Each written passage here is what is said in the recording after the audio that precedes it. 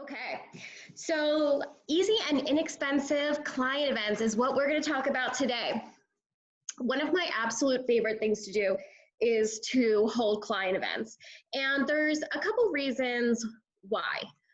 One is because I am an introvert, and believe it or not, I am not someone who is really comfortable picking up the phone, just calling my clients out of the blue saying, hey, what's going on? How you doing? Can you give me some referrals? I cannot do that.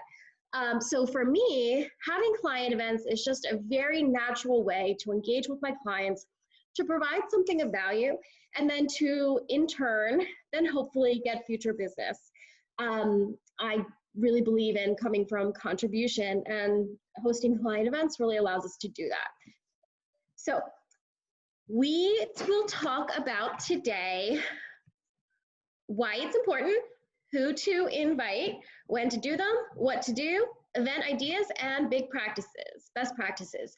So please feel free at any time to interrupt me. If you guys have any questions, if you want more information, just let me know, and I'm always happy to just pause at any time and answer any questions or go deeper into any of these.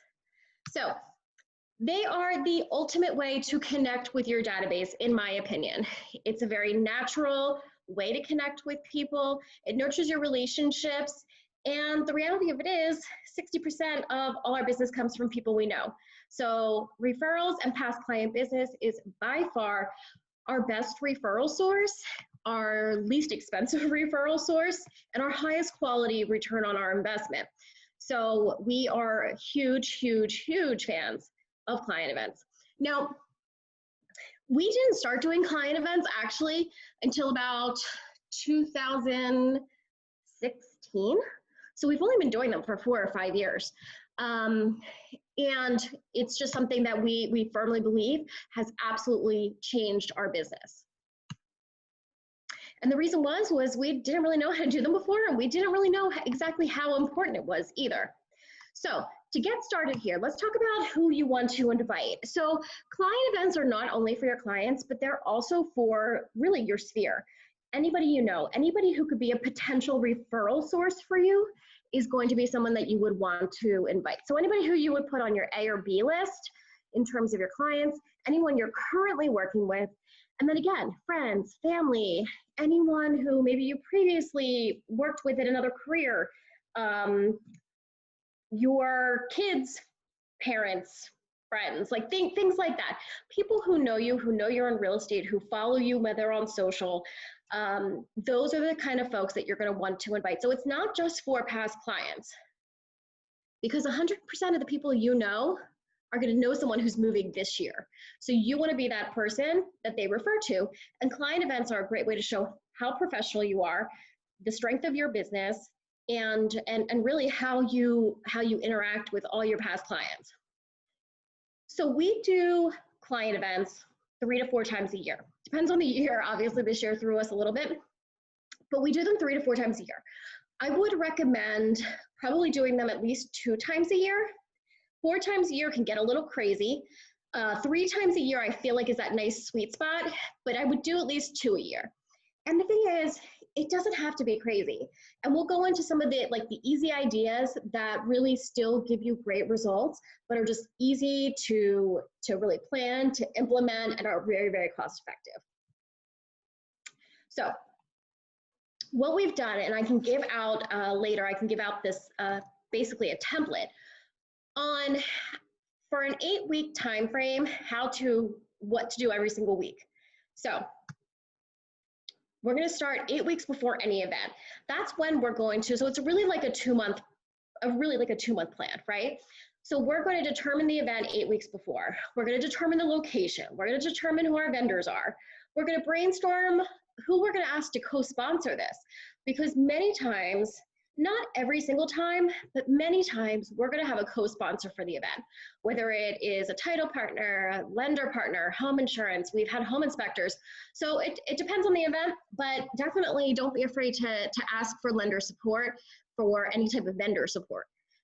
And start to plan that out again, 8 weeks. So for us, the lender partner makes the most sense. It allows us to have 2 touches, because the lender for most of our transactions, our buyer transactions at least, has a relationship with so many of our buyers anyway. So it really works out. 7 weeks then before the event, you really want to do professional graphics. A couple different ways you can do this because you want it to come across professional and polished. So you can do like Fiverr, if you guys have used Fiverr before, Fiverr. So that's who I used in the beginning before we kind of ramped up things. They did our first client event graphic, which was actually the Star Wars movie that came out like 5 years ago or something. That was the first event that we had. So we went big on our first event. You don't need to go big. And we learned a lot. So the professional graphics, definitely something that's important. So you're gonna wanna get a paper invitation, so like a postcard. You're gonna wanna get a social media graphic as well, and then something that you can also use in an email communication. So just usually like one JPEG in different formats will work, but you're definitely gonna wanna make sure that that's professionally done. And the people on Fiverr like can do it for like $20, $25, nothing crazy. If you choose not to do Fiverr, then Canva also has some nice templates. And then again, if you're a member of Blink Marketing, we also have some great templates in there as well. So 6 weeks before your event, you're gonna wanna do a video about your event. You're gonna wanna email a save the date. So just do a quick, on your cell phone video, really excited, save the date, post it on social. You can send that video out to your clients. If you don't wanna do it via video, you can send out the email or the text, but give them a save the date so that they can put that on their calendar. Then 5 weeks before the event, you're going to create a private Facebook event. You're going to invite through Facebook or whatever social media preference you have. You're going to invite your past clients, hopefully you're friends with them on social, your sphere, any of your current clients, or any really, like, again, important collaborators, important referral sources. And so you're going to do that 5 weeks out. Oh, thank you for letting me know that. Let me see here. So you guys aren't seeing week 6? Can you see week 6? Okay. Let's see. And again, I can give you guys this whole template that you can kind of work through. 4 weeks before the event, you're going to determine kind of your game plan. So you're not going to want to be the only person there. If you have an assistant, if you have a team member, if you have a husband, a wife, a friend, somebody, you're going to want some additional support there for the event. It's kind of really difficult to do it there on your own, but that's totally fine. I mean, I've had my mom helping out at events. I've had my daughter helping out at events. Totally fine. We're real people. We come across authentic when people see us with our families. So totally fine to do that.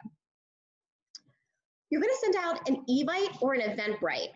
So I like Evites because I like how they pop out of the little envelope there. So I think that the Evites work really well because you feel like you're getting something special. But you're going to do that about 4 weeks ahead of time so that people can RSVP and you can start to get a good count. Then you're going to post it again on social media. You want to continue to post week after week, once a week, about your client event, get people excited. And the thing is too, even if they're not invited, like people know who's invited, who's not invited, right? But you're still kind of putting that out there so that folks know what you're doing in your real estate business. And you've really kind of taken things up a notch. You as an agent have enough clients and enough of a sphere that now you can have client events, and it really kind of takes you up a notch, in my opinion. 3 weeks before your event, you're going to text your guests. So we tend to get a ton of response when we text folks. So it's probably one of the best methods of communication, in my opinion, is when we text out the invite. Now, if you can text out an Evite, you can text out a link to an Eventbrite, you can text just a JPEG, or you can even just text like, hey, wanted to check in, make sure you got the invitation, see if you're coming. And so getting the text messages out is just, again, staying in front of your folks. Sometimes it's not necessarily about like what the message is, but it's just staying in touch with them in a positive way. So let's see. coming down to 2 weeks before the event. We're going to send an email out on Tuesday, and then you can do a slide broadcast or you can do calls on a Thursday. So a slide broadcast, if you guys aren't familiar with what that is, you can go to like slidebroadcast.com and you can upload a database of your phone numbers into that. It'll automatically call, you voice record a message. Hey, just wanted to make sure you got the email that I sent on Tuesday about the client appreciation event that we're having. If you have any questions, let me know. I'd love to see you. Just do me a favor, and if you can RSVP, that would be great. So that message then just drops into their voicemail. So it's a great way to reach, 100 people or so without making a call if you don't have the time to do that. If you do have the time to be able to make those individual calls, depending on what season it might be, then definitely I would make the personal phone calls. Again, want to make sure that you're posting on social as well. 1 week out before your event, you're going to text your guests again, and you're also going to send out another email, just a reminder. Usually what will happen is Evite will send that out for you, or Eventbrite will send that out for you. So just kind of keep an eye out on that. You're going to confirm 1 week before with all your vendors, with all the collaborators who might be participating. Then your week of event, 2 days before the event, you're going to send a confirmation email to everybody who has RSVP'd yes at that point. And the day of, you're going to post on social again. So that's kind of the formula that we use to really get out the word for any of our events. And then the steps that we do to make sure we're confirmed, to make sure we've taken all the steps to make the event itself successful. Now, anybody have any questions about any of those? Okay. Hey, Sherry. Yeah. The vendors, you reach out to them the week of the event. Have you ever been burned by anybody waiting that long, or is that a good enough time? Well, for the vendors, to make sure that I'm confirmed for everything, no, we never have. I mean, usually they'll reach out and we'll be communicating throughout the process, but I just like to make sure I've got one more check-in right before that week before. And they're pretty close relationships, I guess, too, so you're pretty tight.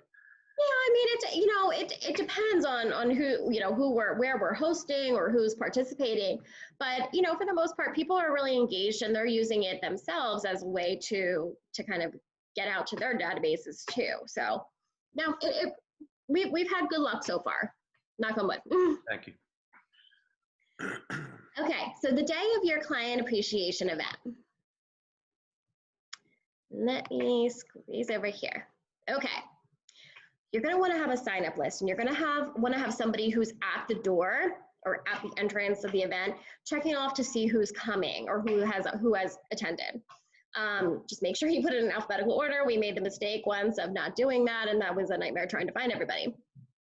You want to take photos with every guest, and if you have team members, make sure your team members are in there as well. You want to make sure that those are action shots, everybody's having fun, but you want to document it. It may make sense to have a professional photographer there taking the photos. So, whoever even does your house photos, like I've contacted, in the past, I've contacted the photographer that we use most often, and I've asked him to attend events and just kind of take photos just to document, take some videos as well. So the video we will then use for any type of future marketing. We post photos and videos throughout that next week and thanking people. So like if people didn't come, they kind of see what they missed out on, but it's just a great representation of the success of the event. And then we can also at that point hand out flyers or any information that we have on any future events. Or, sometimes maybe we hand out a buyer seller guide, or we just have some type of little takeaway usually. Now I want to show you so this is one, we literally just did this pie one last week.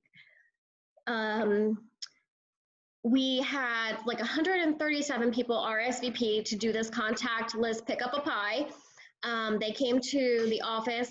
I took a screenshot of this, and we, at that point, just on the video itself, had 104 engagements and 1,100 people reached. This is just through, again, the Gary Mercer Group Facebook page, so it's not even through our individuals.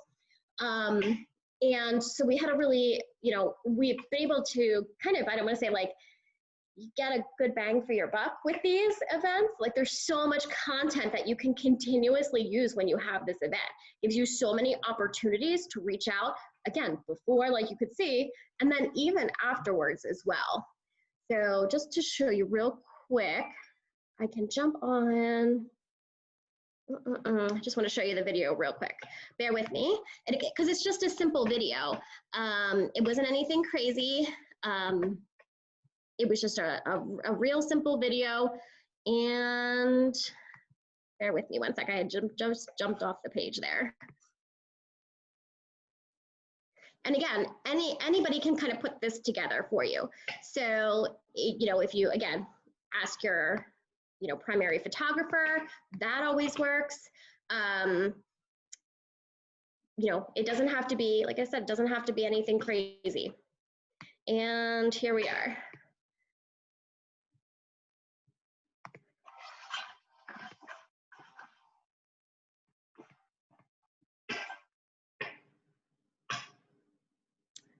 Sorry, there's a little bit of delay there.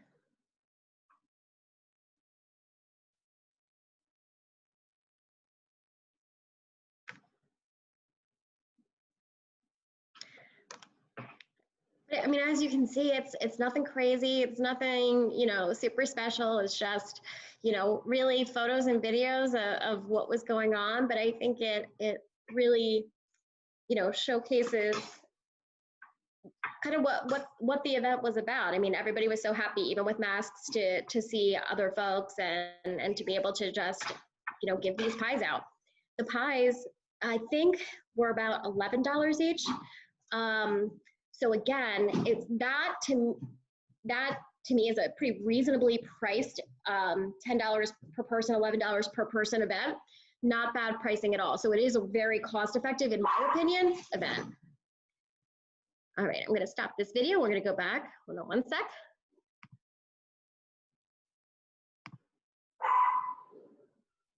Sorry for the dog in the background. All right. So we have had client appreciation events that are a flop, and that's okay too. And I always say this, whether it's an event that we're holding for our clients, whether it's an event that we're holding a home buyer seminar, anything, no matter what it is, we have done our job in getting the message out. It's been a great way for us to get in front of our past clients. So even if we don't have this huge turnout, it's still okay. The event itself served its purpose. It gave us a reason to reach out in a positive way to our clients and to our sphere. If you guys don't feel comfortable doing an event yourselves, because it can be a little intimidating. I know I was intimidated the first time we did one. Talk to your brokerage about it. Talk to your brokerage, ask them if they will host an event in general for the office. There's great ones there's certain events that will work better than others on this. A shredding event will work really well because it doesn't necessarily, it's like one big truck that anybody can come to.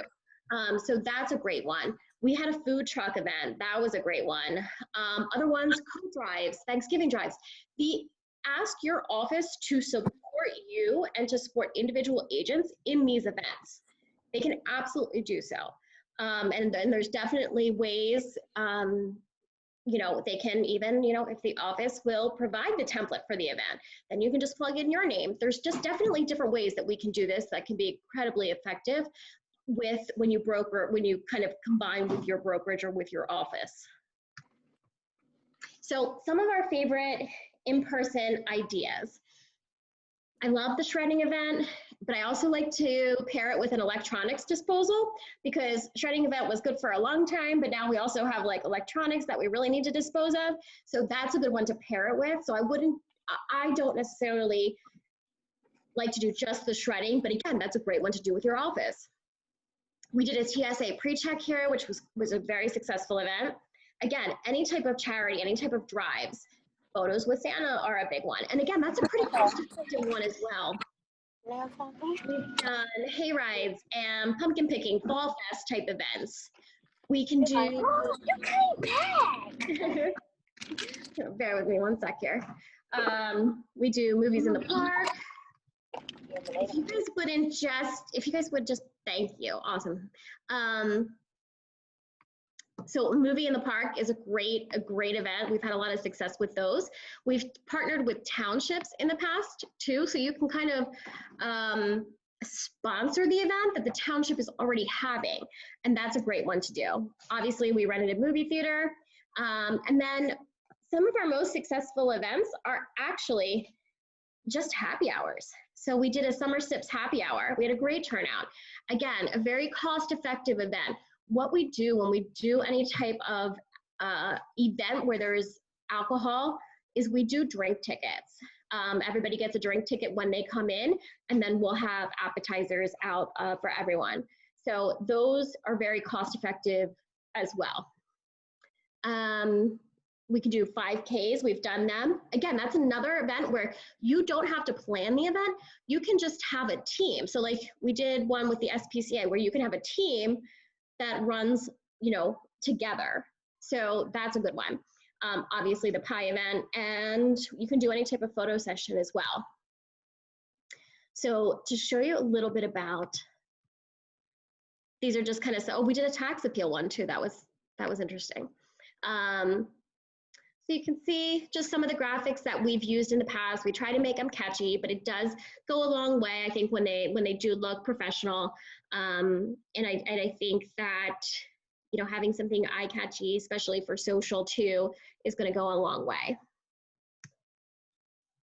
Now, because of our current environment, we obviously are doing virtual events, which are definitely not as fun, I will say that, but we've had to get creative, right? Because we still want to reach out, and we still want to talk to our sphere, and we still want to talk to our past clients, and we want to provide something of value. And we pretty much have, you know, some captive audiences at this point, because there's only a limited number of things we can all do these days. So to kind of pivot to some virtual event ideas, you can do Zoom calls with Santa, gingerbread house decorating contests where they post their, you know, photos on social.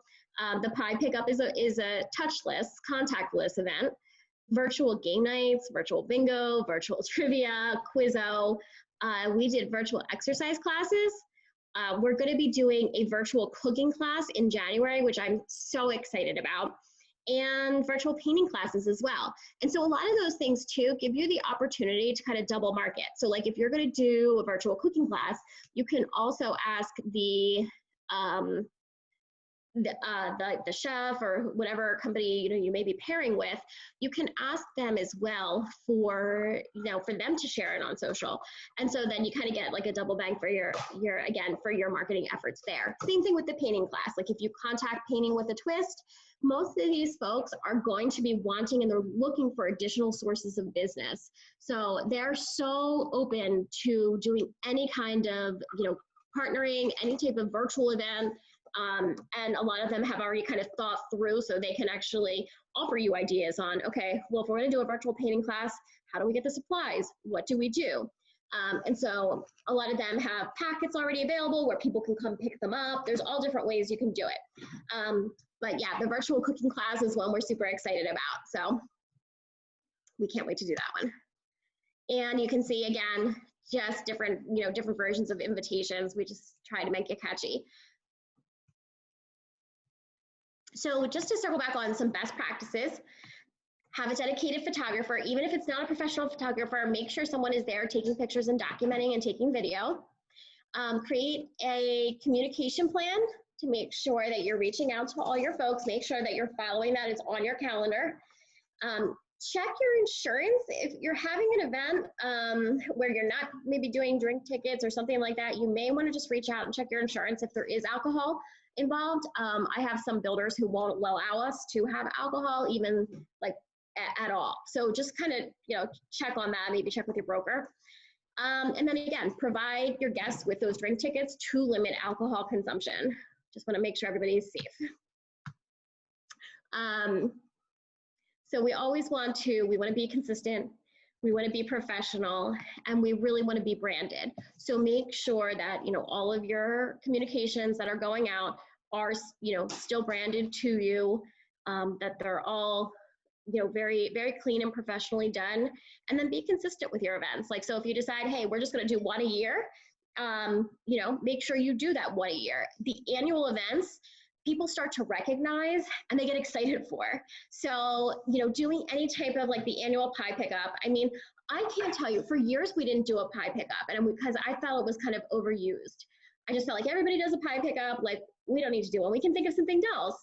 Let me tell you, people appreciate that pie pickup more than any other event that we've had. So I am a huge believer in that. And it doesn't always have to be for Thanksgiving. I mean, obviously that's a great one, but you could do pie pickup on Pie Day, 3/3, what is it, 3/14? Is that Pie Day, March 14th? So you could do a pie pickup on Pie Day. You could do a pizza pie instead. So there's a lot of different ways that you can kind of spin this or twist this. Again, a lot of these templates and things are available on Blink Marketing. If you guys have any questions, let me know. I'm happy to answer anything. Any questions, any concerns about, any fears about having an event, or kind of how to go about hosting your first one? No? All right. Well, if you guys have any questions, let me know. We'll get the list of attendees, and we'll get the email template sent out so that you guys can see the 8 weeks and how to break that down, and really kind of that schedule and exactly what to do when. Again, we've tried this every which way. We know that that's the formula that works. So no need to reinvent the wheel there. Just, plug and play. Just use exactly that. And that's how we've gotten our best results. Okay. Thank you very much, Sarah. Great. All right, guys. Thanks for tuning in. I appreciate it. Let me know if you have any questions. Don't hesitate to reach out anytime. Will do. Thank you.